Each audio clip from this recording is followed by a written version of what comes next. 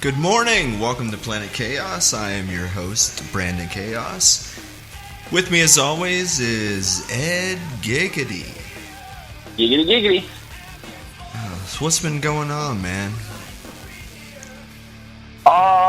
It has been a very slow week for me. I got nothing. I mean, tomorrow I'm going up to help my father-in-law with some stuff up at Lake Erie. Other than that, it's been a slow week. Oh, you traveling? Yeah. Ooh. I let Lauren drive, though. That way we get there safely. Yeah, well, with everyone in lockdown right now, it's kind of boring. I know your life is boring anyways. Yes, it's very boring. But it's probably more boring now. Yeah, so I can't get rid of the kids half the day for school. That's the only thing really in my life that changed, is there's more kids around more often. That's here's the question, though. During this lockdown, during quarantine, have you been slapping the salami more or less? Oh, a lot less. Holy cow, a lot less. Really? Oh, yeah. I figured you'd be, slapping one out every couple of minutes, man. Oh, no. You can't with 5 other people in the house. That's why God invented bathrooms with locked doors. I don't like that, because at any time a kid will knock on the door. I don't like the scary, I gotta hurry up. I like to relax and make a moment of it, Plus, it's kind of awkward when you're taking your VR headset into the bathroom with you, right? Well, it is. You know how many times I almost fell out the window jerking it. No, I haven't done that forever. My phone won't connect to it anymore. I haven't done it in a year probably. Oh, that sucks. But even that, I had to have the house myself, because you can't. When you're immersed in VR porn, it's earphones, you get immersed in it, you forget about the whole world.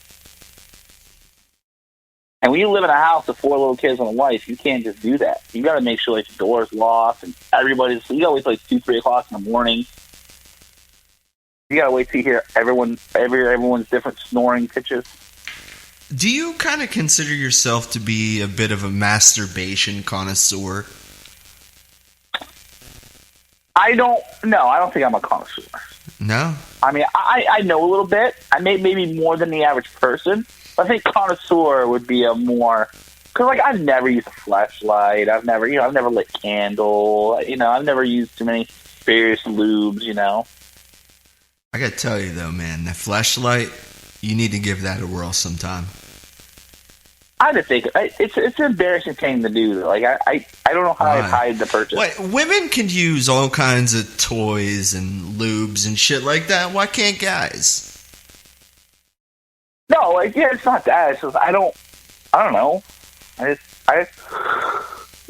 figure that's for single guys. I can rub one out real quick and get laid once or twice a week and be happy. Uh-huh. All right. There's a lot of pretty heavy topics going on right now. So I kind of wanted to start things off a little bit light, aside from the whole masturbation thing.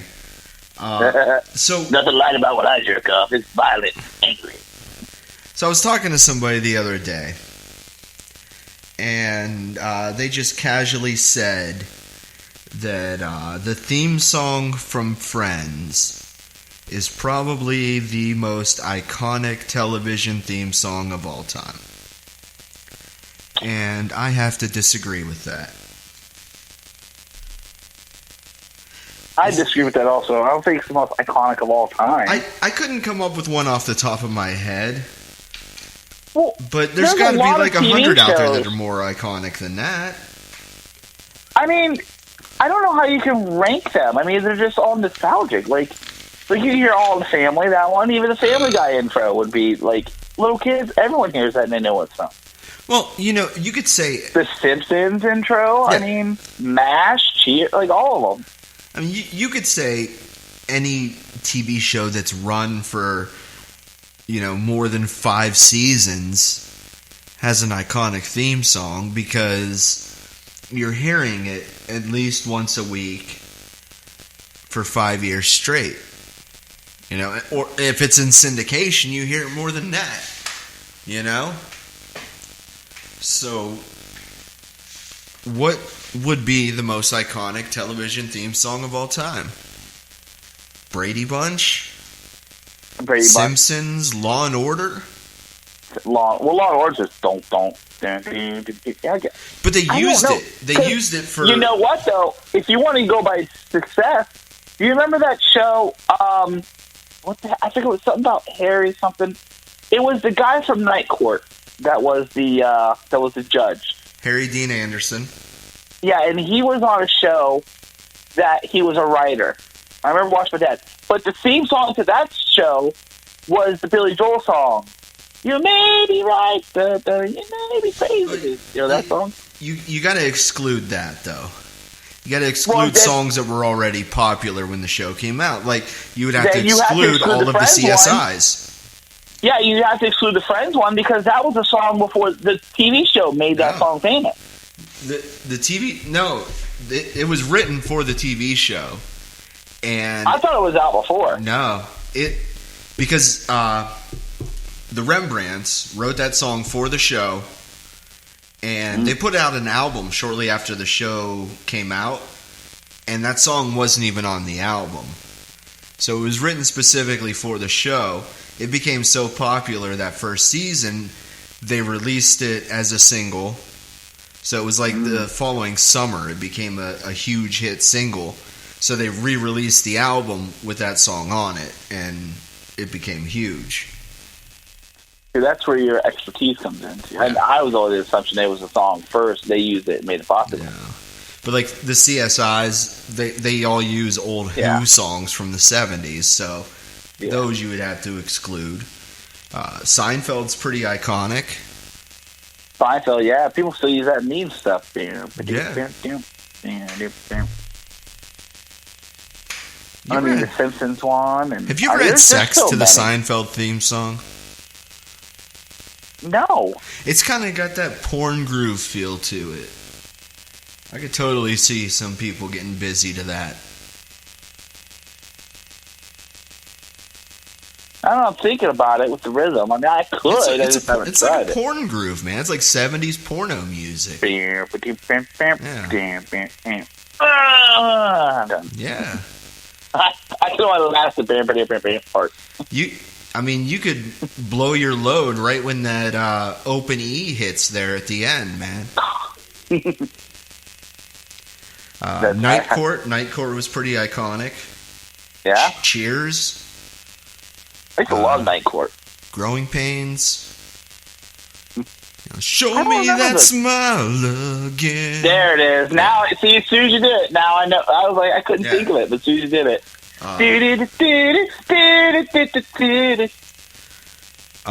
Yeah. Maud was a pretty popular one. Mr. Ed. Oh, on this, yeah, because I didn't hear about that show every fucking day and a half when I was a kid. Because we still had Nick at Night. It was still ran on Nick at Night. Knight Rider. Yeah, that one would be up there. Maybe I'll do a blog of like the top 20 most iconic TV theme songs, just so I could shove it up this dude's ass. Like Friends, okay, you're a millennial, I get it. You know, your Nick at Night is like Friends and King of Queens. My Nick at Night was Green Acres and Mr. Ed, you know? Yeah, and remember that show F Troop? I used to love that show. It's F Troop. Gilligan's Island. Gilligan's Island, yeah. Yeah. So, are we allowed? We're not allowed to sing those songs, are we? Because they're copyrighted and whatnot? Nah, I don't give a fuck right this second. All 14 people. Please don't report this. So what's your boy Joe Biden doing, man? I don't know. What's going on with this guy, man? Joe Biden's not my boy. Trump's my boy. What's going on? I don't care about Joe Biden. Joe Biden, he's just crazy. Well, you know, we need to know. Uncle Bernie was my guy. Joe, I don't really care about. Uncle Bernie is my guy. Uncle Bernie's like, fuck it. He's like, I don't want people to die. I'm going to die soon. I don't want all that crowdiness. You know, going on. So. In 2016, I said, you know what, I could see how people could vote for Trump. I could see it, you know. And then when he was elected, I said, all right, let's give this guy a chance to see what he does, you know.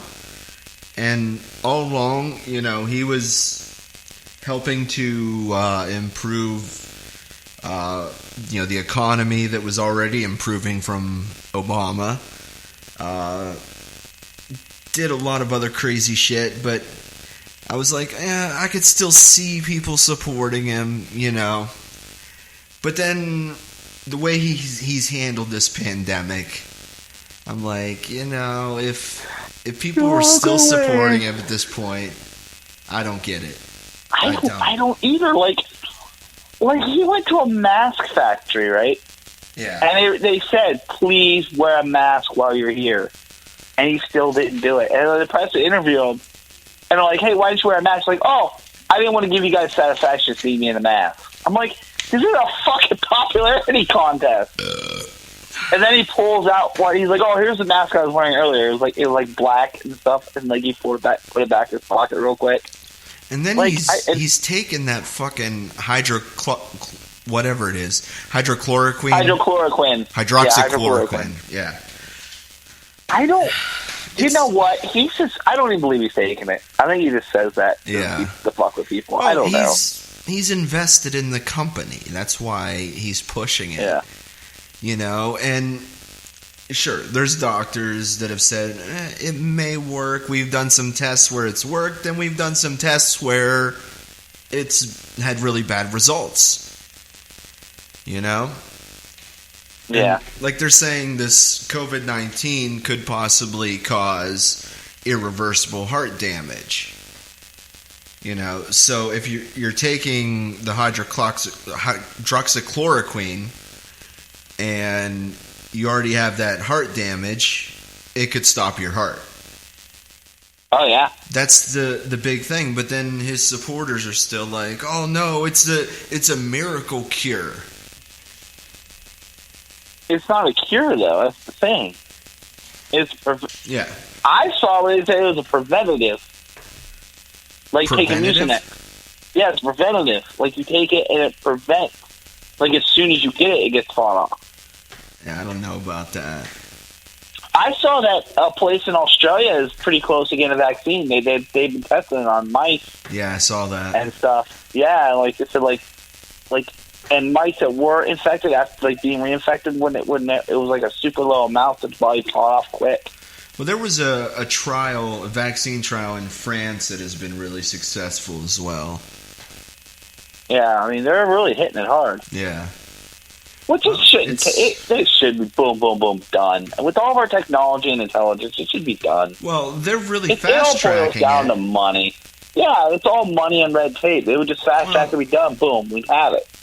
It usually takes 18 months to have a vaccine approved by the FDA.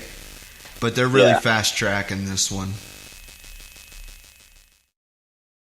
Which is a good thing. I mean, we need it. Yeah, there's a global pandemic. You throw that. There should always be like an emergency rules that fuck it.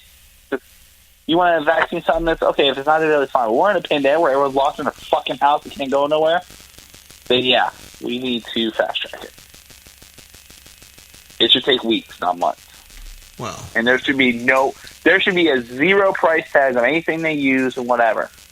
It should be all free everything. Do you think they're going to put a microchip in us with this vaccine? If they do, I don't care. Like, I don't. Normally, people that don't want to be microchipped or tracked are just because they're afraid of getting caught doing something wrong. And they're usually the people that really don't have anything to hide anyways. Exactly. Like, why do you care? Nobody wants to track you. I don't want the government tracking me and what I think and everything I do, but follow me on my blog and my Twitter, you know? It's like, the FBI agent don't have to. They just fucking Google you and find it. Like, I don't understand why you're trying to list so goddamn privately. It's like all the people that were bitching about the NSA wiretapping on the cell phones. The same people that were bitching about that, It's like, you have the most boring life in the world. Why would the government want to listen to you? Yeah. I'm going to listen to you talk to your mom about her fucking pot roast? Come on. Like, they're Exactly. looking for terrorists and drug traffickers. They're not looking for, Henry Johnson from Biloxi, Mississippi. That accidentally works didn't at scan the the steel 12-pack mill. of pop. Yeah, he didn't scan his 12-pack of pop at Walmart, and he's bragging to his friend about it. Yeah. What's the rest of this guy? Yeah, they're only going after large crimes. Dude. If you have nothing to hide, then you have nothing to worry about. It's like everybody's paranoid about, like, the camera on their phone watching them or their webcam. Like, I know people that'll put tape over their webcam. Yeah. It's like, you obviously That have seems something to more hide. suspicious. Yeah. Like, you're boring. They'll watch it for 3 seconds and realize how fucking boring you are and move on. They're like, oh, this guy's just shirking off. It's fine. Yeah. Oh, this guy's binge watching Game of Thrones in his underwear again. I told you that in confidence.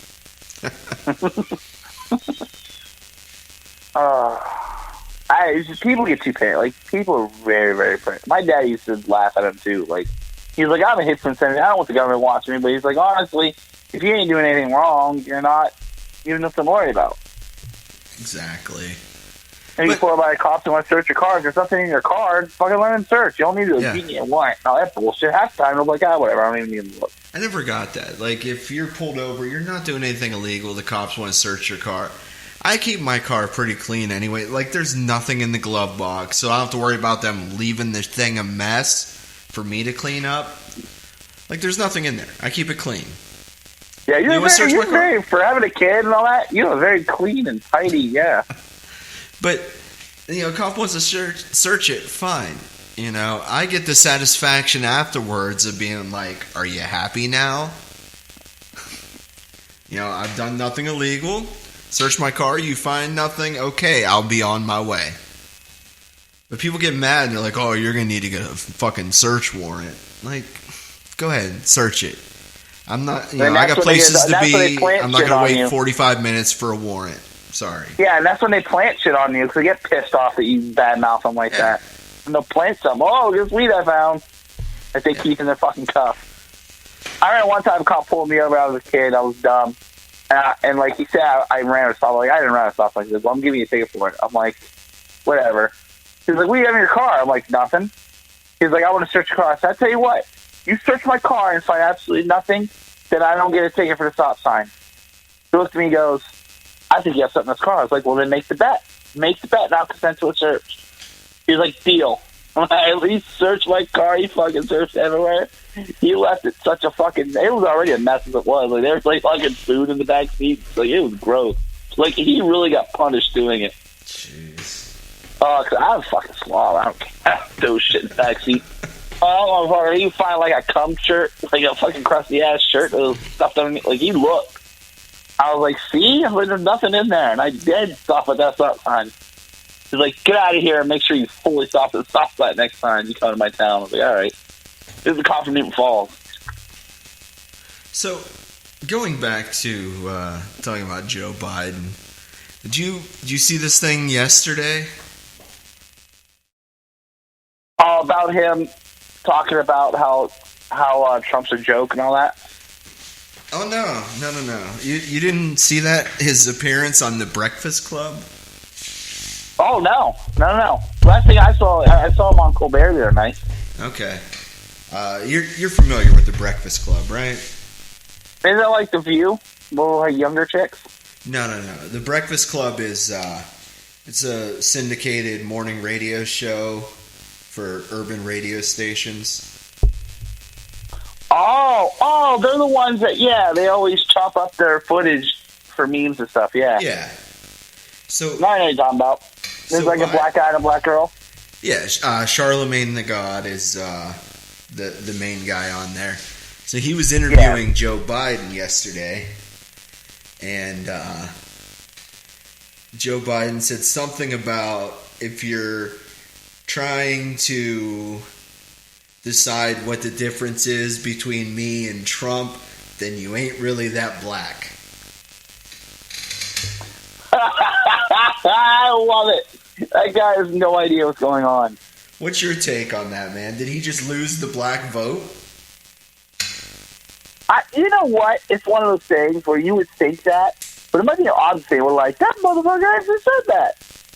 Like, that gives you more, like, I can't believe he said that. He's kind of right, you know? Well, you know, Biden and Trump both have a bit of racist history.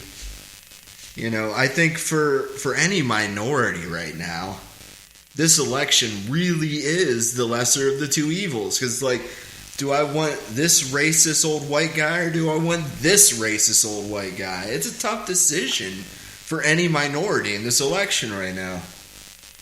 And you know what's going to happen?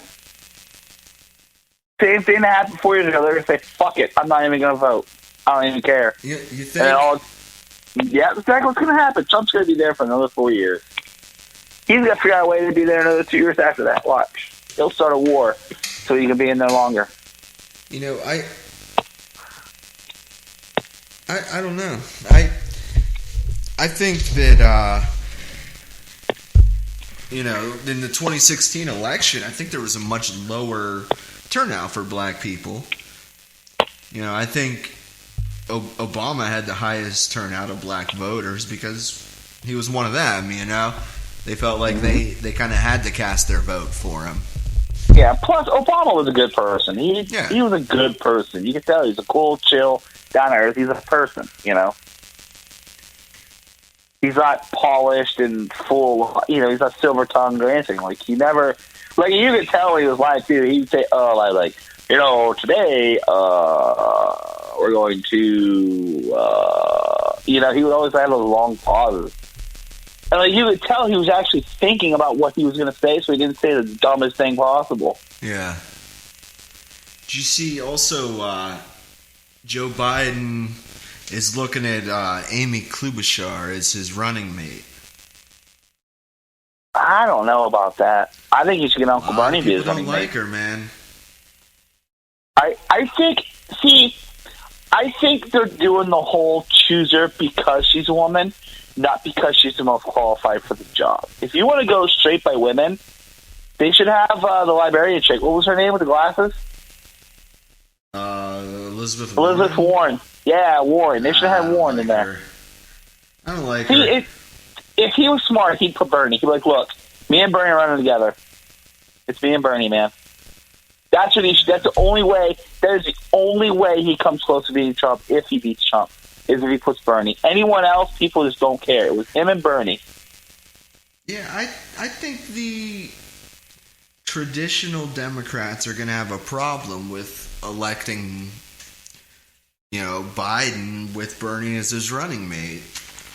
You know, people, especially those older people, the more traditional Democrats, they're scared to death of that word socialism because, you know, to them, that's, you know, just the bridge from democracy to communism, and they're still scared to death of communism. Well, I don't understand what it... I don't understand it. Like, how can you be so opposed to helping all of the country instead of, like, 60% of it? That's what I don't understand. Like, I was honestly, I was doing dishes thinking, you know, we dish these zone out. I was thinking about how education should be free the whole way through. There's colleges and universities should only make money on people that come from out of state, and that's it. If you get straight A's through school and you're a poor family and you have to pay for college, you know how many people we've probably fucked over that are brilliant and could have invented shit that were straight A's, but because they came from a poor family, they couldn't afford college, they can only go to community college? Like, how much genius we wasted? Yeah. Because everybody should have the best of everything. And as one of the richest countries in the world, there's no excuse for us not to. That's why America is slowly falling behind the rest of the world. The only thing that keeps us separate from the rest of the world are those two fucking oceans. That's it. And you know, if we were a European country we would be so shit on if we had more countries around us. Even, I tell you what, I'm going to say Canada's doing a lot better than America. I'll say it right now. Canada does a lot better with their people than America does. In some aspects, yeah. But Canada does not pull as much money as we do. Well, the biggest argument with free college is how expensive it would be for the taxpayers. No, it wouldn't be. Because if you tell colleges you can't make money anymore, then they're all going to conform. They make money off a sporting event. Not just that. I mean, look at some of these college campuses. Let's take, for example, Ohio State. You've been there, right? You've walked that campus. I've never been to Ohio State. Nope. Okay. Never. What's a college campus you've been to? Closest one I've been to Kent a lot of times. Well, I guess I could use Kent as an example. Okay. You see how extravagant these college campuses are? Yeah. We the taxpayers pay for these kids to go through kindergarten to 12th grade.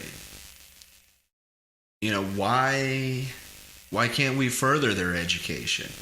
Exactly. I'm not saying that everybody should be able to go to an Ivy League school. The Ivy Leagues should kind of be separate from all this, or the private schools, But state-run universities...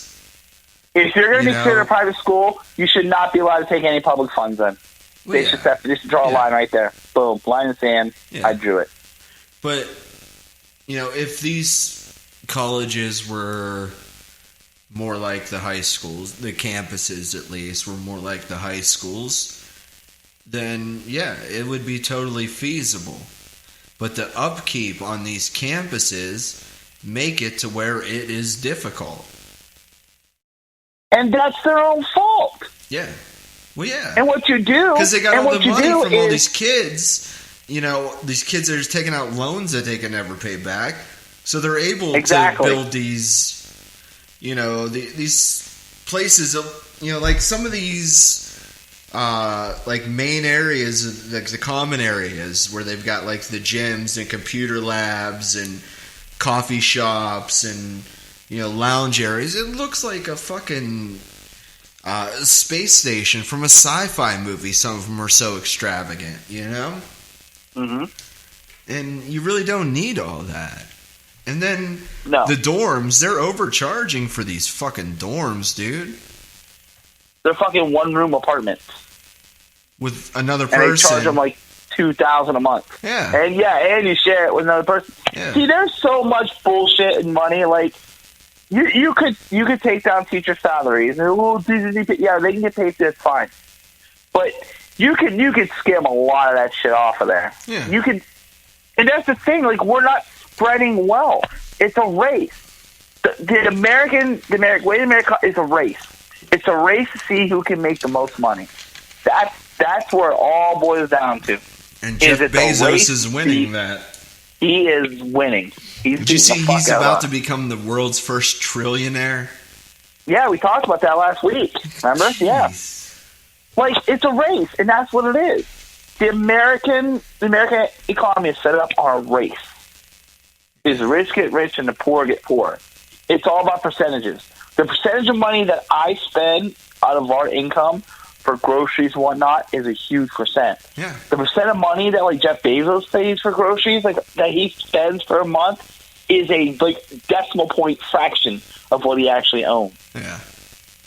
And he owns a grocery chain socialism. Too. That's the thing where socialism pisses those people off because they're like, hey, it's been a race. I've been working hard my whole life to win this race, and now you're going to make it so everybody can win the race. And it shouldn't be a race. It should have never been a race. It should have always been what's good for one is good for everyone. Well, I don't agree with handouts. I don't like this idea of like a $15 or $20 minimum wage. But I think that the companies that are more successful should pay their employees more. I don't think the government should get involved in that kind of thing. But these companies don't do it on their own, so it kind of feels like the government has to step in. You know, And they won't until they have to. Jeff Bezos wouldn't be nearly as successful as he is if it weren't for the people working for him. The thing is, we measure success with a number, a hard number. And that's something that's wrong, too. I mean, I know people that have been barely scraped by that is more respectable and successful in my eyes than any of those rich people that I hardly even know. Yeah. You know, we're measuring success by how much money you have in your bank account and, like, how nice your car is, how nice your house is. Yeah. You know how many people, sweet, nice, genuine people, hardly have anything? That's where it's so messed up. It's like you were talking about your friend that just died recently. I was such a super nice guy. Yep. And, like, he would give to so many. He hardly had anything, but he would give to people. And, like, these rich guys, like, oh, I'm not giving up my third house in the Hamptons. You got me all fucked up. You know, it's like, fuck you. You don't need 3 houses. I can understand, too. I wish I had a house before I could go to in the wintertime. I understand that. You don't need more than 2 houses. You know, unless you're buying it for like a kid or something. You know, we put limits on shit. How much money can you really spend in a lifetime? I could spend a shit ton because I know. I'm used to not having savings. But to get that rich is you don't spend money. Once you hit a certain point, like even like famous people will tell you, they hardly spend any of their money because they get sponsors and they get like free stuff just by doing things, you know? Did you see a couple weeks ago where Matt Damon was on, I don't know what show he was on. He was on like, maybe Jimmy Kimmel or something like that, and they were talking about being locked down. He was like, I've had no problems. He's like, I live in a place. He was like, it's great. I actually pay a tutor to come over and actually teach my kids. He's like, I have this excellent view. I have food delivered. I have such big property. And like, they're like, look at each other like, you're not supposed to be fucking saying this. You're supposed to be saying how tough it is and how everyone's so brave and all that. But he was just fucking honest. He was like, this hasn't affected me one bit. This is a great for me. It doesn't affect Everyone's me. like, look at each other. Yeah. All right, so we're going to take a little bit of a break. When we come back, we're going to have an interview with Alan Ebenezer Gilbert from Ebenezer and the Scrooges, and he also plays in Brothers of Alien Rock. So we're going to have him on. What a cool name is that, though? Ebenezer. You like that name? Ebenezer. That's a cool name, though, man. I wish I had a cool name. That's his middle name. Chaos. Yeah. See, I had to invent my name for it to be cool. This dude's parents named him Ebenezer. Oh, I thought that was just a stage name. That's his real name? I think so. Should ask him, is that really your name? Yeah. All right. Well, we're going to take a break. We'll be back with that interview. Stay tuned.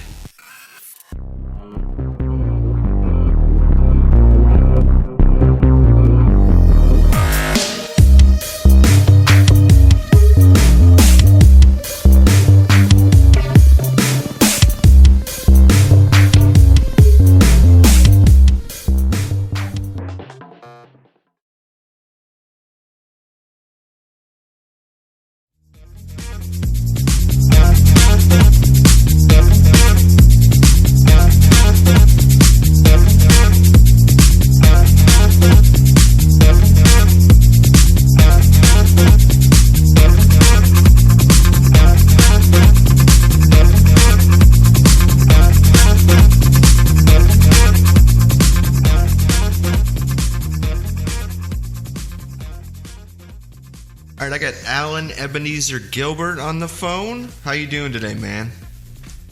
I'm doing fantastic. Thank you for asking. How are you? Oh, not too bad. Dealing with this whole pandemic thing. Yeah, the best that Americans can right now are the world. Yeah. So you're currently playing in 2 bands, right? Yes, that's correct. Brothers of Alien Rock, and what's the other one? Ebenezer and the Scrooges. Okay, that's right. I knew that. Uh, so, you're originally from Naples, Florida, right? Currently in Orlando? Yeah, that's correct. Yep. How's I've the lived music in scene in for the Orlando? past decade. Okay. How's the music scene there in Orlando? The music scene tends to follow a lot behind, the metal genre, Okay. which I have no problem with. When I moved out here, that's actually how I started. I was in the metal scene, and as time progressed, I started noticing a lot of punk bands, and that was kind of where I wanted to be. But it's very unified here. It's actually really cool being out here and watching how everybody is able to come together. Obviously there's bad noodles, but for the most part, the way that people can unify and come together and bring things together is really cool here. That's good. There's so much drama and music scenes all over the country. It's nice when you have one where there's, like a family almost. How long have you been playing I'm sorry, music? you cut out for a second. Oh, sorry. I said, there's so much drama and music scenes all over the country. It's nice when you have one that's kind of like family. Yeah, absolutely. How long have you been playing music? There's power in numbers. I started playing guitar when I was 10, so I'm at 19 years for that, and then bass I've been playing for 16 years. Okay. What position are you vocals, at? I've been... In the bands you play in, what position are you at? Are you primarily a guitar player? My main instrument is definitely guitar and vocals, but that's for Ebenezer and the Scrooges, and then Brothers of Alien Rock, I play bass and I do backing vocals. Okay. And before you joined Brothers of Alien, you were a big fan of theirs, right? When I first moved to Orlando, I remember I went to a local show and Brothers of Alien Rock was playing. And I talked to the promoter and I told them I needed their contact information. They instantly became my favorite local band and I loved them.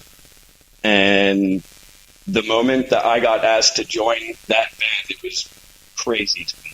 It was like a surreal moment. It was like a dream come true. Even if it's not famous, even if it's not making money, the fact that I get to, work with people that have inspired me, that's such a cool feeling to have. Oh, yeah. So how did they end up contacting you to join? Well, the lead vocalist, Mike, had contacted me after they had lost a bassist, and we had been talking for a few years about possibly, collaborating, but it was, never about Brothers of Alien Rock. We were thinking of doing our own thing. But the moment that they lost a bassist and he knew that I had a high vocal range that would suit what he did, we were able to make it work. Is it hard to join a band that's already established, especially one that's been around for so long?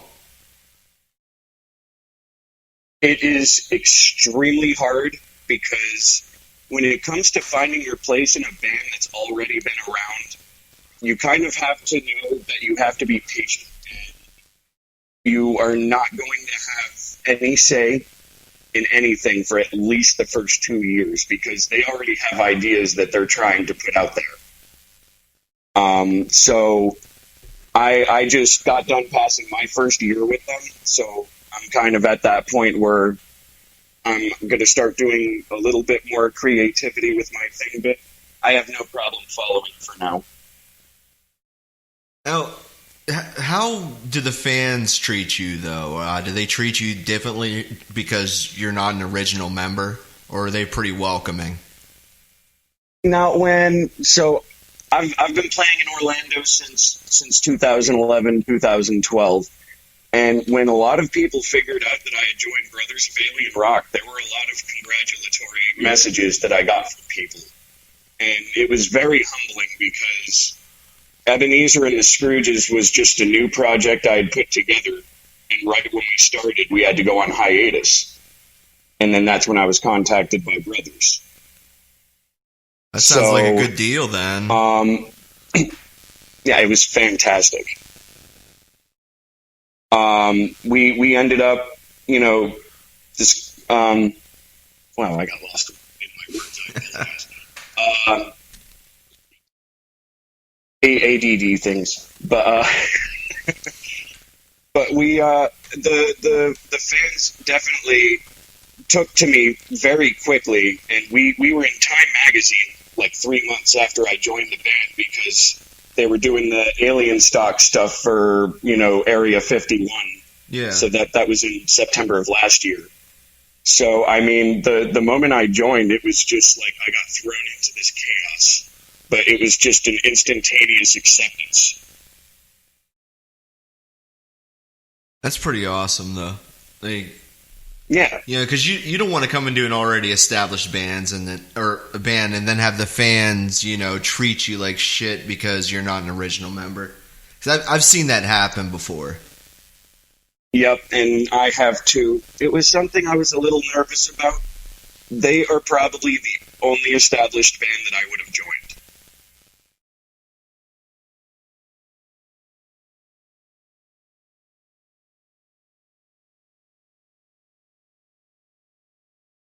Hello? Yeah, I'm here. Okay, sorry. It cut out there towards the end. Okay. I'm trying to think. What did I just say? I'm sorry.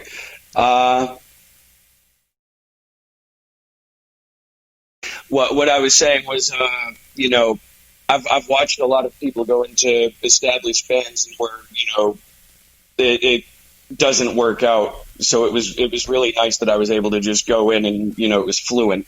Yeah. And, but me going in, I pretty much just carbon copied bass parts, and they like the fact that I'm able to do that. They call me and tell me they need something done, and I get it done for them, and they're like, oh, okay.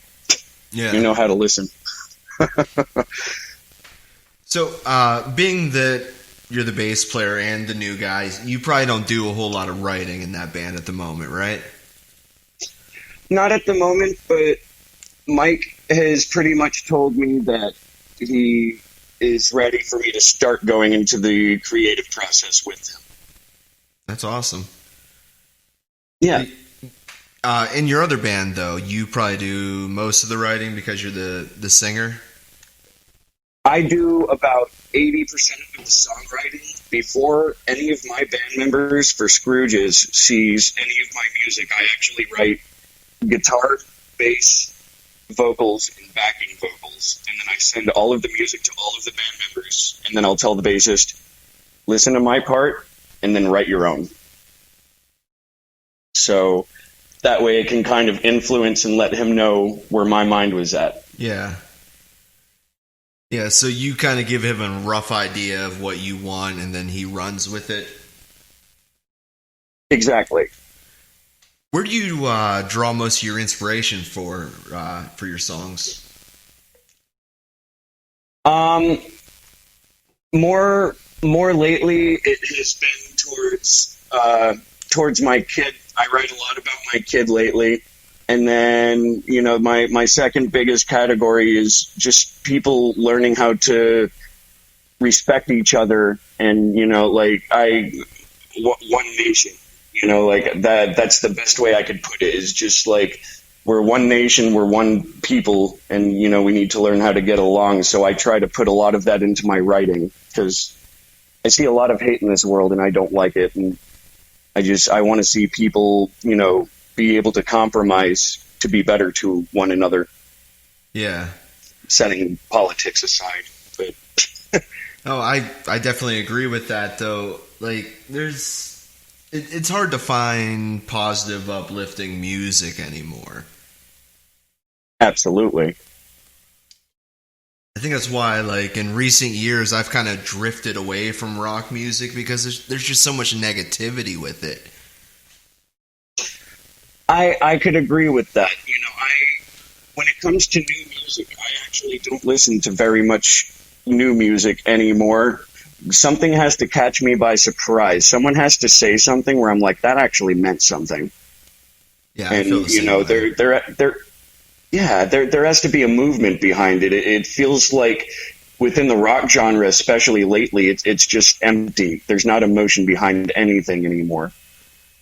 No, it's all, let's just see how heavy we can be without any sort of emotion. It's like, let's be heavy just for the sake of being heavy. I don't get it. Exactly. I don't get that either, because I'm a harmony person. They say that Nirvana was kind of like the new Beatles, and a lot of people look at my band and they're like, well, you guys are kind of like the new Nirvana. And I've actually been told that. I get told that we're like a mix between Nirvana and Offspring. Huh. That's a good compliment, though. It's a fantastic compliment. I remember when I was younger and people said Green Day, and I had a problem with that. You don't like Green Day? I like Green Day, but I don't want to write like Green Day. Yeah. Yeah, they've kind of gone in all kinds of weird directions with their music. I think that that's what I like about them. I think that what I like about Green Day is that they've been able to recreate themselves like 3, 4, 5 different times and shown people that they're not running out of ideas. Yeah. Even in their, late 40s, early 50s, they're able to keep going. Yeah, which that's also why I really like the Foo Fighters. So, other than some of the bands you've already named, who are some of your other musical influences? So, I really like Dream Theater, like a lot. I saw them live, and they made me realize how bad of a musician I was. I really like the Foo Fighters, as I said. Static X was a major influence to me when I was a teenager. Muse, I really like Muse. Rammstein is really cool too. And why I like Rammstein compared to like a lot of metal that's out is because Rammstein reminds me of Dio. And I loved Ronnie James Dio, like over Ozzy. I've never heard that comparison like 100%. Before. Yep. Whenever I hear their music, I totally hear Dio's band. 100%. Huh. I hear like a mixture of Dio and Kiss. Yeah. Okay.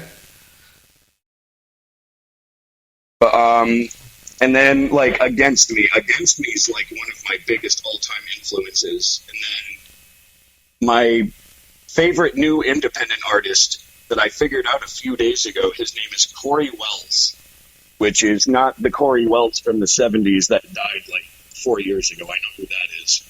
But this is like an independent artist, and he does like acoustic punk fusion, which when I play acoustic, I kind of do the same thing. So I'll have to check him out. I've never heard of him before.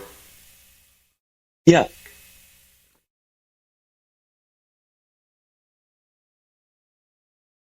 So, as a musician, like right now, is it hard to deal with not being able to play shows? It is excessively hard to not play shows. We had an AP release show that actually got canceled because of the pandemic, and it was 2 weeks before the show happened.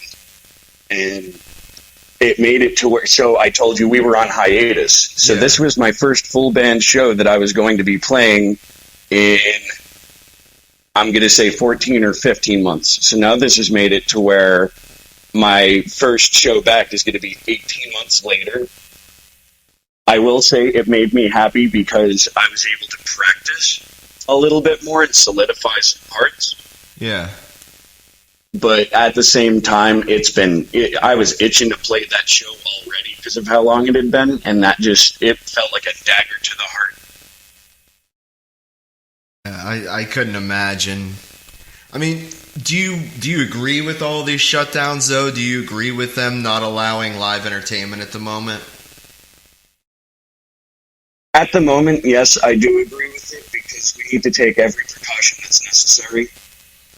I think that it's very important for us to keep each other safe and, to look out for ourselves. And, this is something where people should really know not to take life for granted, which a lot of people do. And I watch it every day, just in the way that people drive. Everybody takes life for granted. Yeah. And this was like a real moment to, really show people, like, everybody could be vulnerable. Like, that's just kind of my take on it. It sucks because I like going and supporting local shows. Even when I wasn't playing, I'm the one that goes out to people's shows. I'm the one that goes and supports them. And with that being said, not even being able to go to shows. Like, I was supposed to see the Foo Fighters in April, and then I'm supposed to see Rammstein in August in Minneapolis. Like, I'm traveling far for that one, but, who knows if that's even going to happen. It all depends on the future. Yeah, I'm seeing some bands are canceling through the end of the year. Yep. I did see that too. And if that happens, I have no judgment towards any band that does that. Yeah. Especially because a lot of those bands have kids and families and wives. And people need to learn how to not be so selfish and self-absorbed within themselves. Yeah. And they need to know to, let people make their own choices. Just because they don't agree doesn't make them the enemy. So what's your take on the people that are against the shutdowns?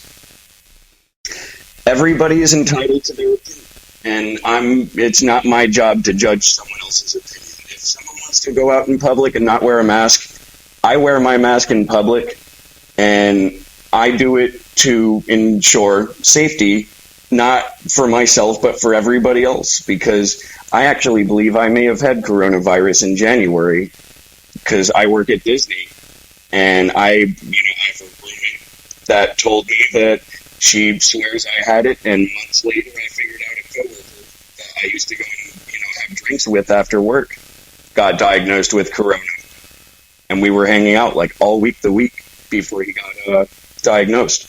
Oh wow! Yeah, so working at Disney, it's risky. Working at Disney, you guys are shut down for the end of the year, right? Not for the end of the year. We're actually supposed to be opening up on June 5th. Okay. But that's as far as I've heard about anything. Is it going to be like limited capacity? I think that what they are trying to get it to right now is 50% capacity. Oh, wow.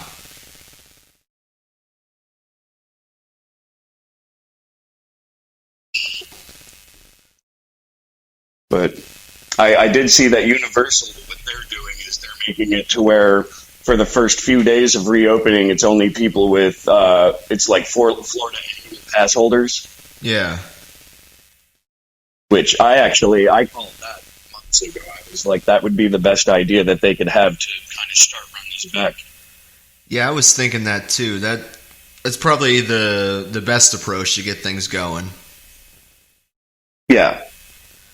So what's Orlando like right now? Is it like a ghost town there without all the people? Or there's still tourists? It was totally a ghost town for the first few weeks. I noticed about 2 to 3 weeks ago that traffic was starting to go back to normal. The same assholes are on the road again. So, I mean, if you go on I-4, you're asking for trouble in Orlando. I mean, that's just the way it is. That's the way it always is. Yeah. I mean, I actually, the other day I drove through Atlanta, Georgia, and Atlanta, Georgia actually was less busy than Orlando. Wow. So, yeah.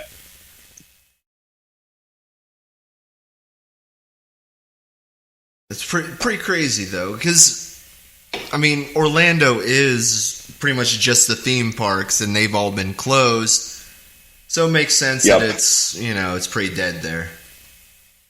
Yeah. When, there's actually a venue that one of the first venues I played at when I moved here, and they actually might be going out of business. And I figured this out yesterday. And I got emotionally upset about that because it's like, wow, I've been playing there for 10 years. Yeah. And the venue is called the Haven Lounge, which is technically in Winter Park. Yeah, I'm familiar with it. They when I saw their message, to people, I was just like, wow, like that's going to be a game changer for metal, especially. That's not a punk venue; it's a metal venue, but I still go there. Yeah, man, it's a shame, and we're going to be seeing a lot of that. A lot of venues going out of business. Absolutely, and I knew it was only a matter of time before a place that I actually liked started going under, but sometimes you need to have that happen to kind of open your eyes and see that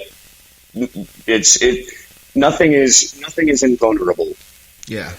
There's always going to be that thing that hits home to you, and sometimes it's like a wake up call.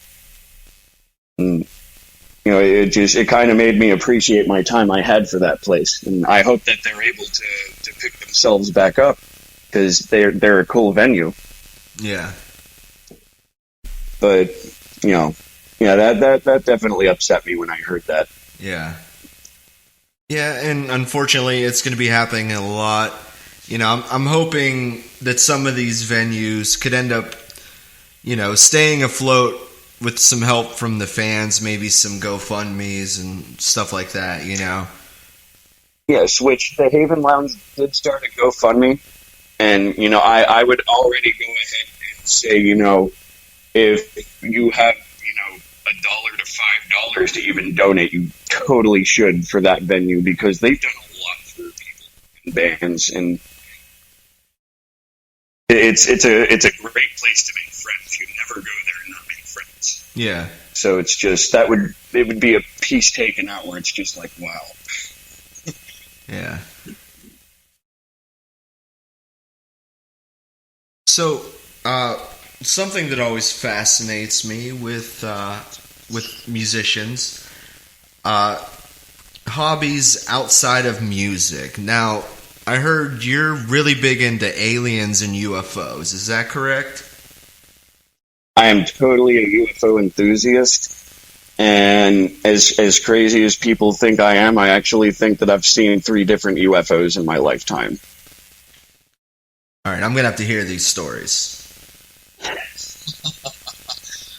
Well, one of the times was in upstate New York. This one, my collection is like not very good because I was inebriated.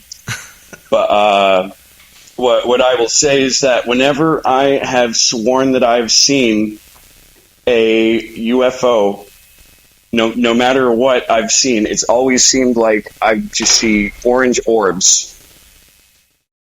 And, it's like, and then it's there and then it's not. Whenever I've seen it not be there, there have been times where it feels like Star Wars, where it seems like they go into that time-lapse scene. But the second time wasn't really a UFO. I was driving through the Blue Ridge Parkway, and I was listening to a radio station. And when I was listening to this radio station, there was some type of interference, and I heard like 3 or 4 things communicating with each other, not speaking any human language at all. And I kept it on, and I had it blaring while I'm driving through the mountains. I'm like, what is going on right now? And I heard this going on for about 15 minutes, and then it cut out. And this is probably 3 o'clock in the morning when I saw a bright light that came up, and then I saw the same, shooting orange orb. So, I mean, I've had a couple of experiences where I've just been like, this is weird. But I mean, I'm a traveler. So, I mean, when I go and I travel, I look for weird things. I drive to canyons because I swear aliens hide in canyons. So you think that aliens are hiding out on Earth in canyons? I think that there are aliens that are hiding, throughout the world in certain locations. And I think that it's kind of their way of keeping us in check. That's an interesting theory, for sure. Yeah. Like, I definitely believe that there's some intelligent life out there. I don't know. I'm kind of on the fence about whether or not they've been to Earth or if we've made contact. Yes, and I can understand that theory 100%. Sometimes you have to see it to believe it, and I totally understand that. And when it comes to a lot of things, I'm that way. But this is something I swear to God I've seen in my life, Yeah.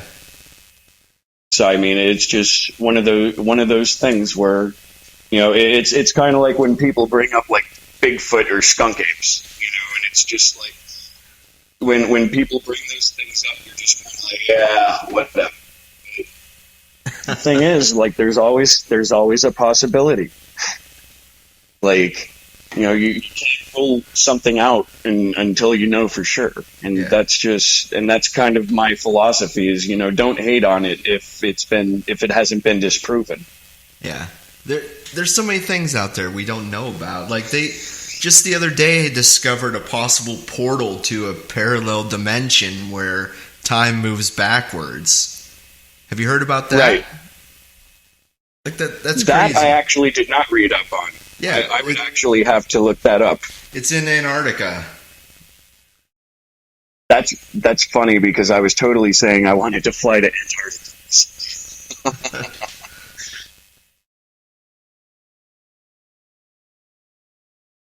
So with no live shows right now, you don't have any live shows coming up to plug, do you? We are playing our first show back in 18 months on June 20th. Okay. And that's going to be at the Shovelhead Lounge in Longwood, Florida. Okay. So live shows are starting back up in Florida soon? Yep. We are actually playing the first show at the Shovelhead for reopening. Nice. And that's because our EP show got canceled. And I put together a lineup and I showed it to, management at the bar, and they were like, yeah, we need this show. So, and the funny thing is that when I was booking the bands to play the show, everybody's been itching to play so hard lately. I booked that show in 10 minutes. Oh, wow. Like, I booked 5 bands in 10 minutes, and I was just like, okay. And now I have other venues trying to contact me to book them shows, which is great, because that's what I want to do. Aside from being the musician aspect, I'm also, the promoter of everything we do. I'm the one that organizes all of our shows. Music videos that we're going to be doing, we do all of that individually. I mean, it's just, we're a full independent band. And, we don't use anybody to lift us, because we don't need that. I mean, maybe if we got famous, we would need that. But in a state like this, no. Like, I could do this all on my own. Yeah, plus, managers and booking agents and all those guys cost way too much money anyways.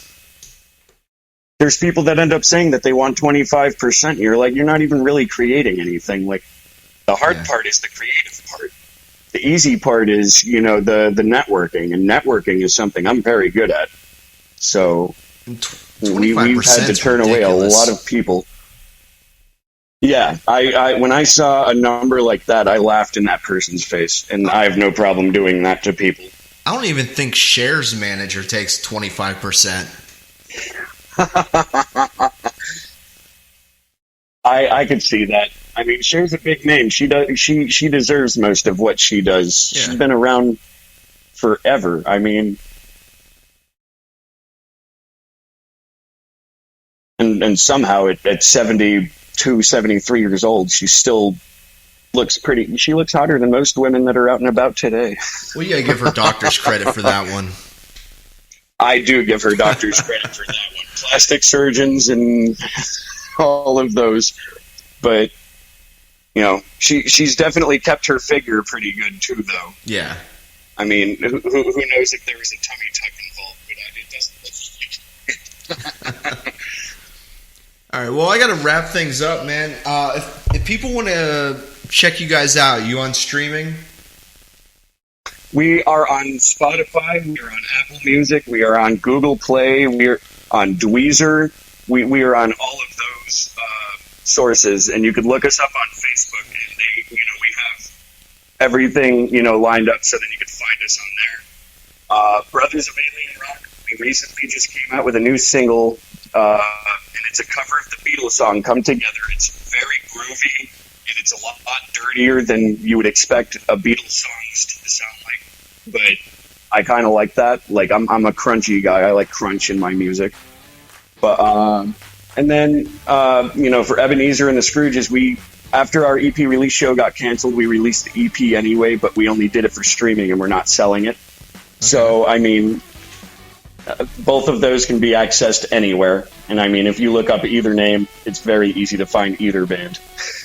All right, man. Right on. Well, I want to thank you very much for coming on the show, man. I had a good chat. Absolutely. Yeah, me too. Thank you so much, man. It was good talking to you. All right, I'll talk to you later. Sounds good. You have a good evening. All right, you too. Bye.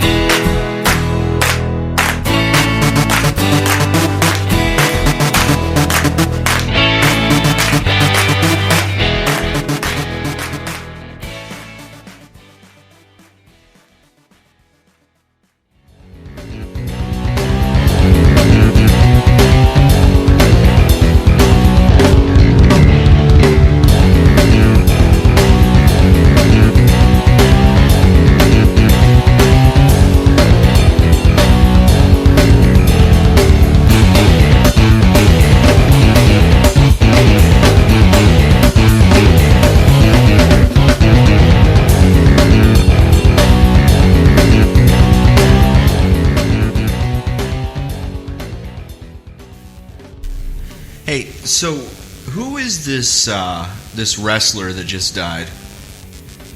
Shad Gaspard? Yeah, I've never heard of this guy. Who is he?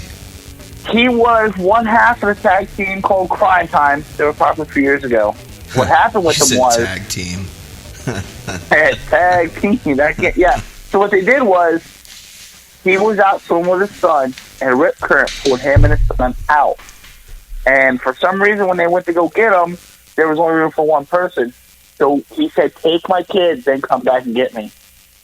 And they came back and couldn't find him, and his body washed up on shore. Wait, I thought his kid died too. No, he saved his kid. He said, "Take the kid and then come back and get me." Okay, the original news report when he was missing said that it was him and his kid that were missing. Yeah, but they found him and the kid. It was shortly after they found him and the kid. They took the kid and left him, and then he couldn't keep it up anymore. Man, he died saving his kid. Died a hero, though, man. There was another wrestler that died, though, too, wasn't there? A girl. Yeah. A girl that died. Was it today or yesterday? I forget what her name was. But the story behind that is she was on this Netflix show, which I haven't got to watch yet, where she slapped one of the people on there because they shrunk her wrestling gear in the wash, and everybody just started hate mailing her and hate tweeting her and all that, and she got so depressed she killed herself over it. For real? Yeah. All because somebody shrunk her wrestling gear and they... That's the story I heard on Wrestle Talk, the one YouTube channel. Yeah, that's what happened. And they got an argument. She slapped her. She slapped her across the face, or slapped him. I don't know if it was him or her, but slapped the person that did it, because that wrestling gear wasn't supposed to be washed. It was where she wrestled at a big show called Wrestle Kingdom, which is like the Japanese version of like WrestleMania, So it was like nostalgia to her. It was a special, it was never supposed to be watched.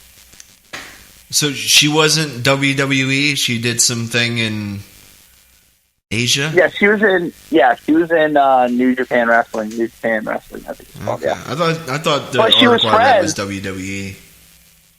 No, but she was friends with Io Shirai, which is she wrestles in America now, and she was friends with Kairi Sane too. They were all those Asian girls. They're all friends. They all wrestle together. I mean, she was wrestling from the age of 8. Like, she's been, like, a wrestler, like, mostly she was, like, a child.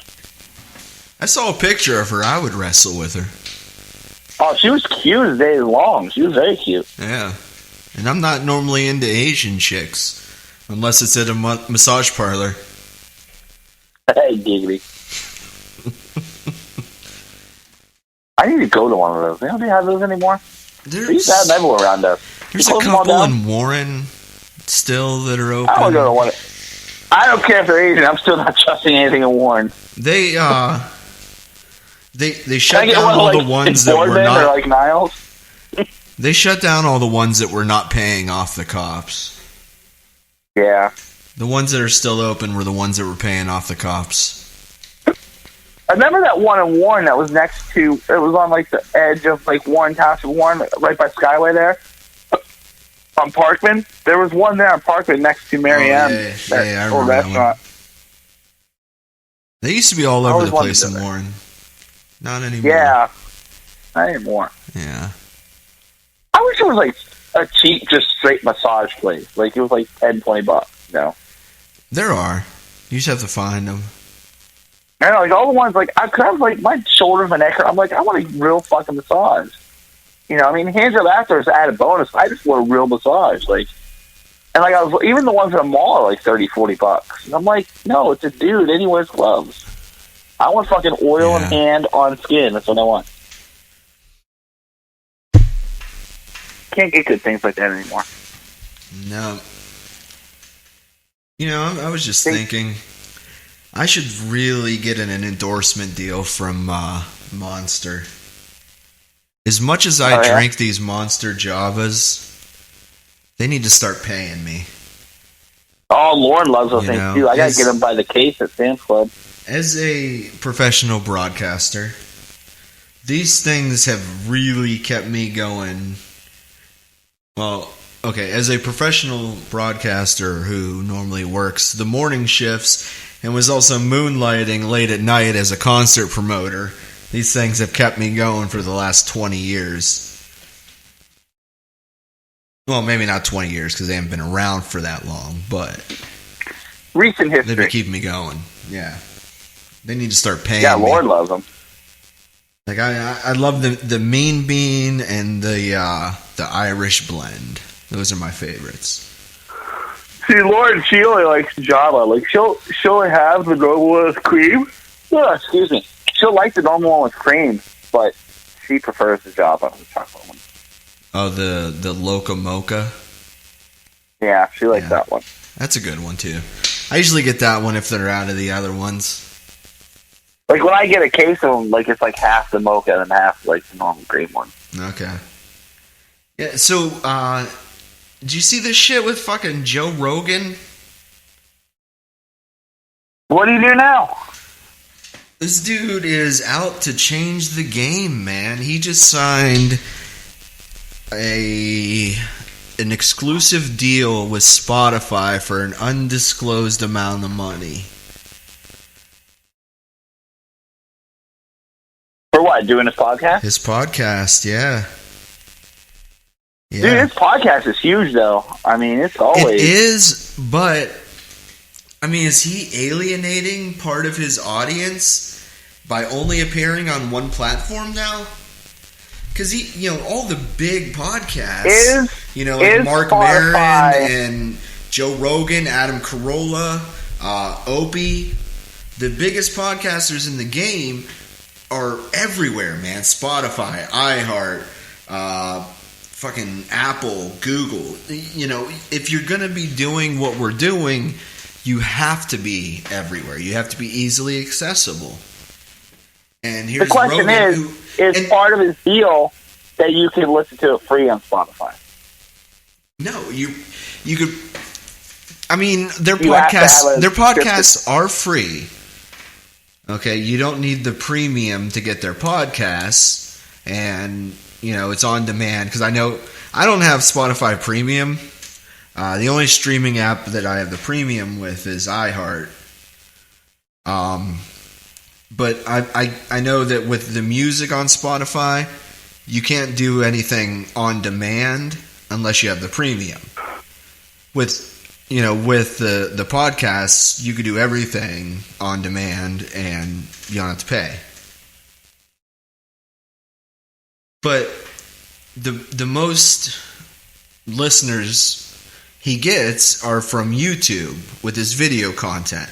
That's where he makes most of his money right now. I catch clips every once in a while. Yeah, with this exclusive deal, he can't even be on YouTube anymore. Oh, he can't put it on YouTube anymore. No. He can't double it up. So then it's not a podcast, it's an actual radio show. That turns into a radio show, right? Well, no, because it's not on the radio. It's podcast. But here's my thought. Is it possible that this is part of Spotify beginning to roll out video content? Maybe. That's the only thing I could think of. And they have to be really paying this guy a lot of fucking money for him to do this. Oh yeah. A lot of. We're talking. I don't judge him at all. We're talking Howard Stern serious money here. Okay. Oh yeah. In order for him to go, probably. Huh? Hundreds of thousands at least, if not a million a year. Hundreds of millions is what we're talking here. Because I'd say he's easily, with doing everything himself right now, he's easily probably pulling in 10, 20 mil a year. Yeah, plus he does UFC stuff. I mean, he works. Yeah. Like, he does he's a hard-working guy. I don't like his humor. I don't really listen to his show. It's just not my cup of tea. But the guy works hard. I respect the hell out of his work ethic, you know? Yeah. So this is a huge game changer, possibly, in the world of podcasting. I'm pretty sure this is the first time a podcaster has ever signed some sort of an exclusive deal. Yeah, not that I know of, yeah. I know Ninja was the first streamer to sign an exclusive deal. Yeah. When he jumped from Twitch to... I forget. Well, Twitch is another one that's really trying to jump into the podcasting game right now. Yeah, a lot of their streamers are kind of like podcasters. Well, they also have some non-streamers on there that do podcasts. Yeah, that's what I'm saying. Like their streams, it doesn't have to be. There's talk shows on there. There's advice shows. There's a mix on there on Twitch. Switch, I think is what it's called. Twitch. No, the other one. No, a Mixer. Okay. Mixer. That's what it's called. Mixer. Okay. Yeah, because that's the one I have. I have a Mixer. I try to stream every once in a while. I dabble in it, but it's Lauren. She was for a while. She's kind of out of it now. She's watched this guy called Angry Pug, and he has thousands of subscribers, and they do these special things where they tip them, and they make special sounds and stuff like that. Yeah, I mean, this guy, he makes thousands a day. Every stream he makes at least $1,000. Every stream. He streams twice a day. Wow. And it's when you get huge like that, you can make serious money. I mean, there's so much money to be made live streaming on the internet. There's so many voyeurs are willing to pay a couple bucks to watch you. You said they do the OnlyFans. Yeah, same with OnlyFans and stuff like that. Ed. I know you can't hear this right now, but I've got a wicked sweet echo on my voice at the moment. Oh yeah. Yeah. I feel like I could come up with some sort of bit to use this for. From the year 2000. This is cool though. I like it. You'll be able to hear it when you listen back. I hear it a little bit. Okay. So, during the quarantine, have you made any crazy quarantine impulse buys? Because I've been hearing that's kind of a thing, which makes me feel good because I'm not alone on it. Then Lauren has. This drives me nuts. What'd she buy? Anytime I say we need something, gas-powered dildo. No, we had that. We had that for a while. Good old lady jackhammer. You gotta pull it like we had like a dustpan that you push down and the dustpan, like kind of like one a janitor has, like you stick on it, Yeah. And the kids broke it, so I'm like, I'll just go get another one at Walmart tomorrow. So nope, already ordered it. Like she orders these things. I'm like, I can just go get it. Like she'll order every little thing. Like everything is like if there's a package delivered to our house at least 4 to 6 times a week. Well, we're all stuck at home right now, online. I'm like I'm an online window shopper, big time. I spend a good part of my day on eBay, just saying, man, I want that. That's in my price range. Man, I want that. And being stuck at home this whole time, I'm like, yeah, fuck it, I'll buy it. I want it, I'll buy it. So I tell the wife, and I'm like, hey, I bought some turntables. She's like, well, I thought you didn't want to DJ anymore. I'm like, I don't want to DJ. Like, I like mixing music, I hook the turntables up in the kitchen with a laptop. Said I'll mix in the in the house. I like mixing music. Said I don't want to be at a club until 4 in the morning. That's what I don't want to do. I'd like to be well into my sleep at that point in time. That's the thing I hated the most about like playing music, promoting shows, DJing, whatever I did. Like I hated being out until like 3, 4 in the morning. And that was just when we'd leave the club. We're talking like stopping at Sheetz to get something to eat, or stopping at Taco Bell to get something. Away home. Yeah, you stop at Perkins, yeah, get something to eat. You get home and it's like fucking the sun's coming up. Like I hate that. I hate staying up all night. Fuck it. I'm getting old. When I was in my early 20s, yeah, it was fun. I always tried to be in bed before the sun came because it's always like that weird, like almost nauseous, uneasy feeling, even when you're not like so sick from being drunk. Just that you've stayed up all night, you see the sun coming out, it's harder to get to sleep. You know what I'm talking about? I don't know, man. As a hardcore gamer, man, I've stayed up all night playing games and like, oh shit, sun's coming out.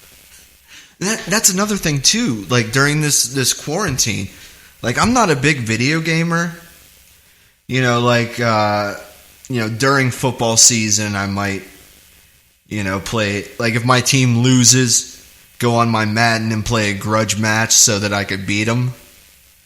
Like fuck, man, the Steelers just lost to the Bears. I gotta go on Madden and replay this game and put it on easy and kick their asses like 70-0.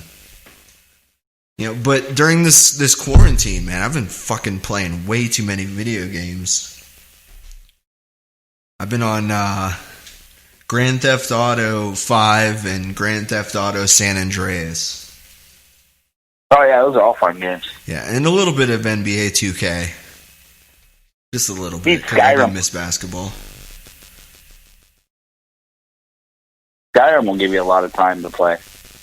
Skyrim is a huge... Skyrim? That game takes 100 hours minimum to... Not my thing, man.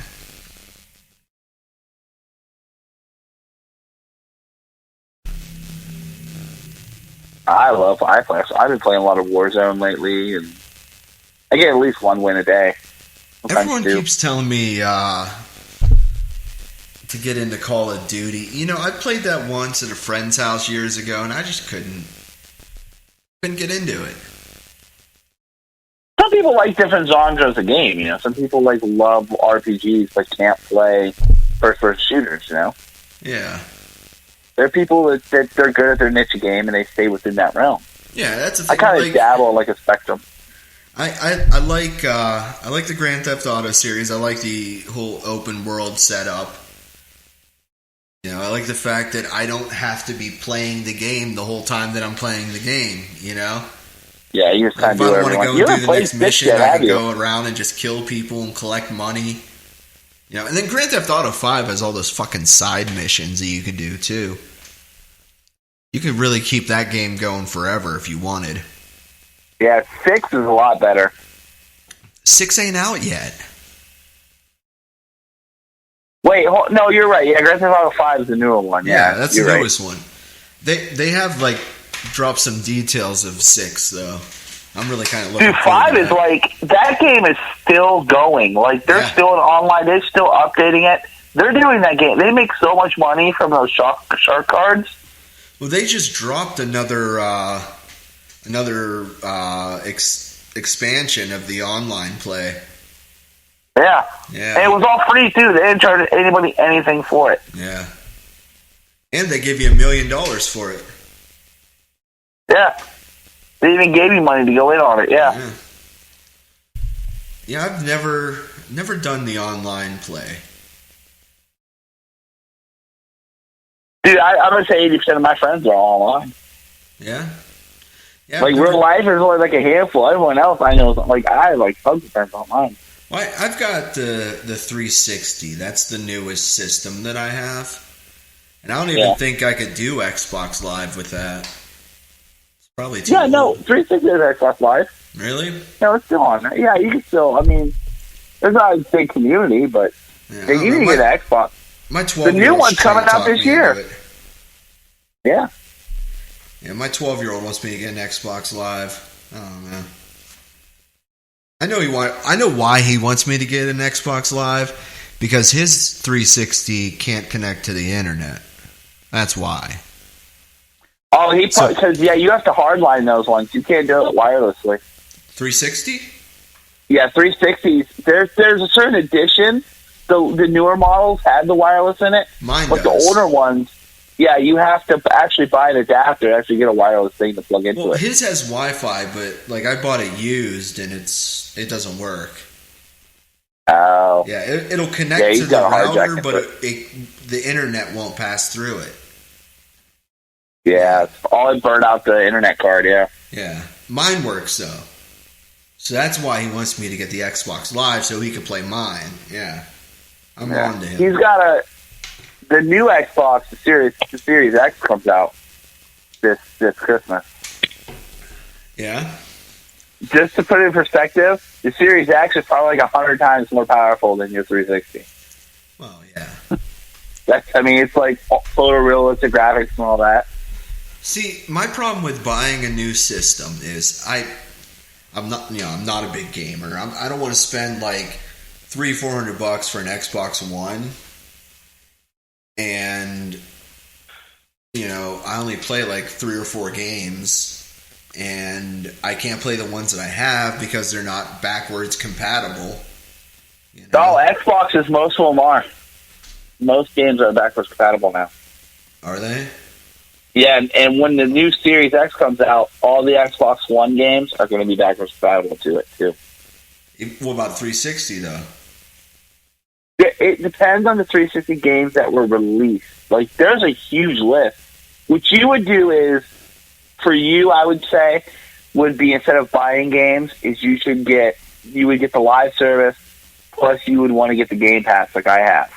Where, like, every couple days they add new games. But There's again, a I don't shit play a ton whole of lot of games you games. can download. You know? So you can just do it whenever you wanted to. But I would have to pay like a monthly fee for the live. Yeah. Yeah, and I don't play enough games to make it really worth it for me. I think if you do the yearly, it's like $60, or if you do like the monthly, it's like $5 a month. Really? It's that cheap? Or no, maybe it's $10 a month. Maybe it's $10 a month if you pay it by the month. If you pay the whole year, it's only like $50 or $60. I just pay the whole year, so I don't even know. I don't keep track of the monthly. Yeah. And I have it coming out around like March, April, so it always taxes always cover it. So Yeah. balances out. But I enjoy my Xbox Live, and I enjoy having a Game Pass. It helps with the kids. Like, I haven't had to buy a new game unless it was like a Call of Duty. Like, I buy maybe 1 or 2 games a year. So that's all from the Game Pass. Huh. I don't know. Maybe I'll check it out. But like I said, I'm not a big gamer. Like, I've been playing a bit lately, but that's because I've been stuck at home. And, once summer hits, I may not play again until December, Yeah, you'll probably go out and do yard stuff. And reminds me, I need to mow the grass. It's been so wet lately, and I live in a fucking swamp. Oh, yeah, you guys got a little bit. Dude, I live in a fucking swamp, so, if it rains, I gotta have 3 really hot, dry days before I go out and mow the lawn. You know? So, it was really nice. That whole area all the way down Mount 5 is all fucking wetland. Oh, yeah. Like, all of Howland is swamp. Yeah. Yeah. But it was nice the one day, and I'm like, oh, sweet, okay, if it stays this way, I'm going to go mow tomorrow. And then midnight, it starts fucking raining again. I'm like, come on. See, I'm lucky. In Campbell, I live on top of the hill, so when it rains, it all goes downhill. Yeah. No, mine goes into my basement sometimes.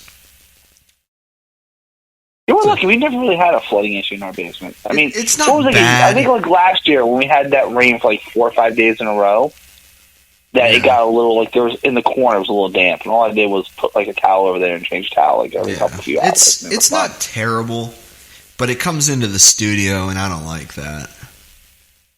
Not one bit. So all it's got to do is hit one outlet and short everything out. Yeah. Well, the outlets are all up far enough off of the ground that they're not going to get hit. It just leaks a little bit at the bottom, Yeah. But, that's the thing I miss about Florida. No basements. Because it's all swamp there. If you have a basement, you're going to have an indoor pool. Sweet. Especially during the wet season. Oh, yeah. Just like in the Keys, they didn't have basements either because it was all coral rock underneath it. That's the same thing, a lot of those places down there. A lot of places in Georgia, more coastal areas of Georgia, they don't have basements. Because it's wet. Louisiana. A lot of places don't because they just can't. You'd have gators living in your basement. That would be cool. Until they learn how to get upstairs. Now, Gunther, you stay down there. Don't chew up that baby gate. Don't make me hit you with the broom now. You stay in the basement. You take care of those folks that try to bug me in the middle of dinner. Door salesman. Yeah, come in the basement. Check out my basement. Really help down here. You got any big summer plans coming up? No. I mean, we're going to be house hunting this summer, so yeah. I'm going to take up most of my time. Yeah, we're going tomorrow. We're going to house hunt and go up to Lake Erie, help her dad out. And that's pretty much what it's going to be. Because honestly, I'm not taking any chances. Like, Lauren got an offer for like half off to go up to the water park in Sandusky. Yeah. I'm like, She's like, why? It's cheap. I'm like, I know it's cheap, but it's not worth risking. Fuck no, it's not. I'm like, baby, I'm sorry. I was like, we're just gonna chalk this year up and just chill and stay close to our family, stay in our bubble because that's what I'm saying, man. Like, fuck this year. It's been a bit of a wash. Save up the money and do something more epic next summer. Yeah. Like, I feel bad for, like, people, like, get diagnosed with terminal illness or something like that. Like, they're like, this is, like, their last year on Earth, and what a shitty year to live, Like, I guess it's kind of cocky, like, fuck it, I'll be fine next year, Yeah. Those people don't get next year, but... if they got terminal cancer, though, and they're only given a few months, they could just be like, well, fuck it, I'm just going to go out and live. Yeah, who cares if I get the Rona, Yeah. I think I'd be the same way. Like, Laura and I, we were talking today. It's like, I hope you don't get diagnosed because you're going to go fucking ape shit. I'm like, yeah. What are you going to do? Put me in prison for the last 2 months of my life? That's fine. Yeah. Go fly away, bug. Go fast. Yeah, Go and, fast. you Go know, fast. things are starting to open up right now. I kind of want to wait it out a few weeks, you know, see what I happens. almost went and got my hair cut the other day, but I'm like, I don't know, man. I just read, Like, it's I can't remember where it was. I don't think it was in Ohio. It might have been Texas. Georgia? Texas or Georgia. The hairdresser. The hairstylist, she spread it to like 20 people. They said that she could have possibly infected 91 people. Yeah. But when I read it, it said that 20 people had tested positive and been to it so far. But hey, it's just That's the what I'm flu, saying. right? I'm saying, it's like it's not worth the risk yet. Like, No. I really want it's driving me nuts. Like, my hair's driving me nuts. I hate it. It hasn't been this long since, like, high school. Yeah. But, it's like, I'd rather have long, shaggy hair than be dead, you know? Yeah, like, you know, my nephew's birthday is this week. So I did a Target pickup order yesterday for a birthday present for him. So I go out to Target to pick it up. And while I'm there, I'm thinking, you know what? I kind of want a new guitar. You know, maybe I'll go to the music store. It's inside the mall and check out guitars. But then I was like, yeah, you know, it's not worth the risk. I don't think are the malls open now? Yeah, the mall's open. Okay, because I know that when I went and got wings Tuesday, that B-Dub said they were going to open back full service on Thursday. Yeah, the restaurants all open up on Thursday. Yeah. But it's just not worth the risk for me, you know? It's not. It's not to me either, because Lauren, she was a preemie, so she already has bad lungs, you know? Yeah. So I don't even... She gets allergy stuff, so it's more her. I'm more worried about her than anyone else. Like, me and the kids probably be fine. My kids, none of them had breathing problems. Me, I'm too evil and stubborn to die of something just young. I'm not a good person, so I'm gonna be fine. Yeah. But she's a good person. She would be the one that ended up suffering from it. I've resisted the urge to go check out guitars, you know. And it sucks, because, you know, that's like... You know, even today I was thinking, I really want to get a new guitar. You know, maybe next week I'll hit up a pawn shop, see if they got anything. And I'm like, no, not a good idea. So there's things that I want to go out and do. And I think a pawn shop would be safer than a nicer place. Oh, I don't know. You know, like, because as far as grocery stores go, like, I haven't been going to any of the big chain grocery stores. I've been going to... You know, these small places that I figure not as many people would think to go to, you know? See, what I do is, when I go to Walmart or something in Boardman, I always wear my mask, anything like that. But when I go up here to the dollar store here, I don't wear my mask, because I think, okay, most of the people here don't go anywhere else, and if they are, they're in here for such a short amount of time. Like, they get in, grab what they want, and leave, you know? Yeah. So I am not as scared of dollar stores as I am of, like, Walmart, where I know people are fucking idiots, and they'll go if they're sick and all, you know what I mean? Well, I wear my mask everywhere. I feel like I'm obligated to do that. Yeah, I wear my mask when I go in, like, big stores. Like I said, like, dollar store, I don't. Like, if I go get something from McDonald's, or if I get something from, like, Dunkin' Donuts, I don't wear my mask. But, you know, everyone's... You know, all these open the country back up people are like, oh, you know, if you want to live your life in fear, go right ahead. Like, it's not really living in fear. It's being ridiculously cautious. Because... I wouldn't even say ridiculously cautious. I'd say it's being cautious. Well, yeah, but... I think those people should sign a waiver. They should sign a waiver. And if they get sick COVID-19... Fuck you, go add some essential oils and some tomato soup and hope you get over it. That's what I think, if you want to be that stupid. But, in a sense, I look at it like this. Like, there's a possibility that we had it and we're asymptomatic. You know? Yeah. So, what if I'm walking around with it, not knowing it, and I pass it on to some, you know, 85-year-old woman at the Walmart, you know? Yeah. I don't want to do that. That would make me feel guilty. That's why I go to these small grocery stores. I keep my distance from people, and I wear my mask. I do the same thing. I stay clear of people. I don't take the kids. If I go somewhere, it's me by myself. I don't take them in the stores anywhere. Oh, yeah. I feel like I'm the only person, like, when they go to Walmart and say, don't bring any kids, and I just go myself, and, like, everyone else, the whole family's there. No, I don't take the kids anywhere either. Yeah, I don't. I leave them, I mean, even us, we're doing the show remotely, and we're pretty confident us have it. But, because you have the kid, and I have the kids, and, Yeah.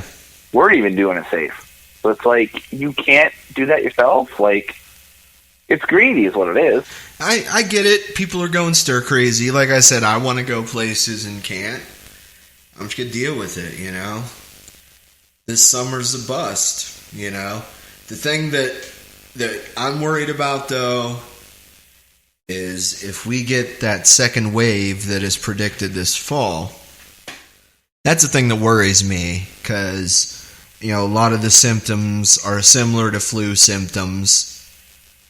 So all fall and winter, you're going to be playing, is it the flu or is it the Rona? Am I dead? Dude, yeah. I was playing that the whole fucking winter. I was playing the whole 30 years this year. Yeah. I almost think we already had it because we were really sick, like the end of December, like right around New Year's, like Warren was really sick and like I was sick and all the kids were like, we were all like, it hit us all at different times. We were all sick for like a week almost. It sucked. And like I remember cough, and then like a month or two later is when the Colonel thing, the panic came. Yeah, it probably wasn't. It was probably just a really bad cold. Yeah, but now it makes like sometimes like I was the other day, like I went out and because I get allergies from cut grass, and I was cutting the grass and I started to ache. I'm like, fuck, am I sick now? And I like almost forgot that cutting the grass like fucks with my breathing and stuff. Yeah. My neighbor, he was telling me, he's an old guy, he was telling me today that he was laying in bed like the night before, and like he had a really bad tickle in his throat, and he was coughing a lot, and he was like, I'm fucking dead. He's like, I'm dead, I'm dying. And then he woke up today and he was fine. So he's like, now he was like, but he's like, I hate it. He's like, I don't like living in this fear that when I get a little tickle in my throat or I can't breathe for a minute or two, that I'm dead, Yeah, like I told him, I was like, but you're old. You should be used to that, right? He's like, yeah, I'm not that old. I should be worried about it. There's been a few times, like, during this whole thing where I've had, like, a little tickle in my throat and then, like, some sneezing and some coughing. And I don't normally get allergies, but I figure, we'll see what happens the next day, and the next day I'm fine. So I just chalk it up to, sinuses, which I normally don't have sinus problems, but, a year ago I was living in a tropical location, so I'm assuming it's probably my body adjusting to coming back to Ohio. Yeah, it's not used to the dryness. The winter in Ohio, because of the dryness and like your heater and the dryness, it really kills you. Yeah. Like people were meant to be in like a damp environment, I think. Probably. Must be the European, and that must be a damp environment.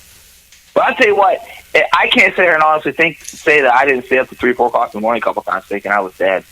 No, I'm sure. And like being like, this is it. I have the fucking coronavirus. Like, thinking, do I go to the hospital? Do I not? Do I write it out? Do I do it? Like, seriously, like, there's been nights where I just fucking straight up panicked, and I was up like 4 or 5 o'clock in the morning. Yeah, and I would fall asleep in the chair. And then wake up next day like, then you have a panic attack, and you can't breathe, so you're thinking, this is it. They're going to put me on a ventilator. Mm-hmm. I'm done. Yeah. All right. Well, it's time to wrap things up.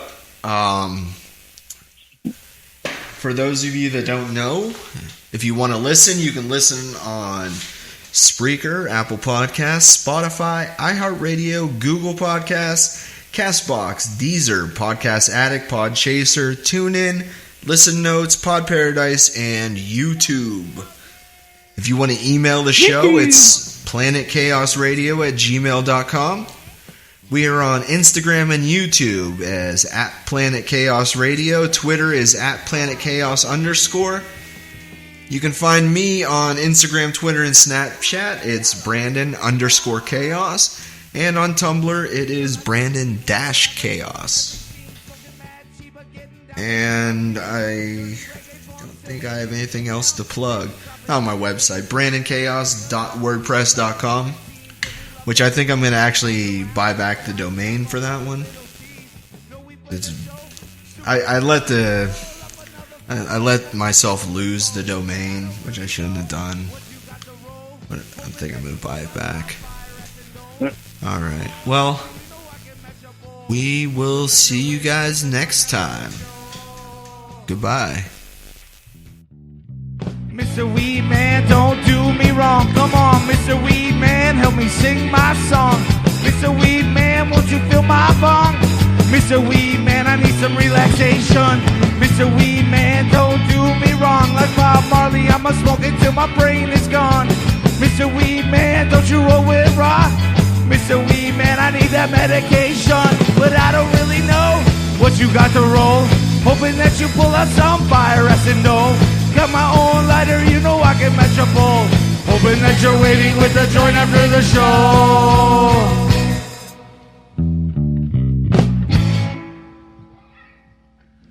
Everybody solo!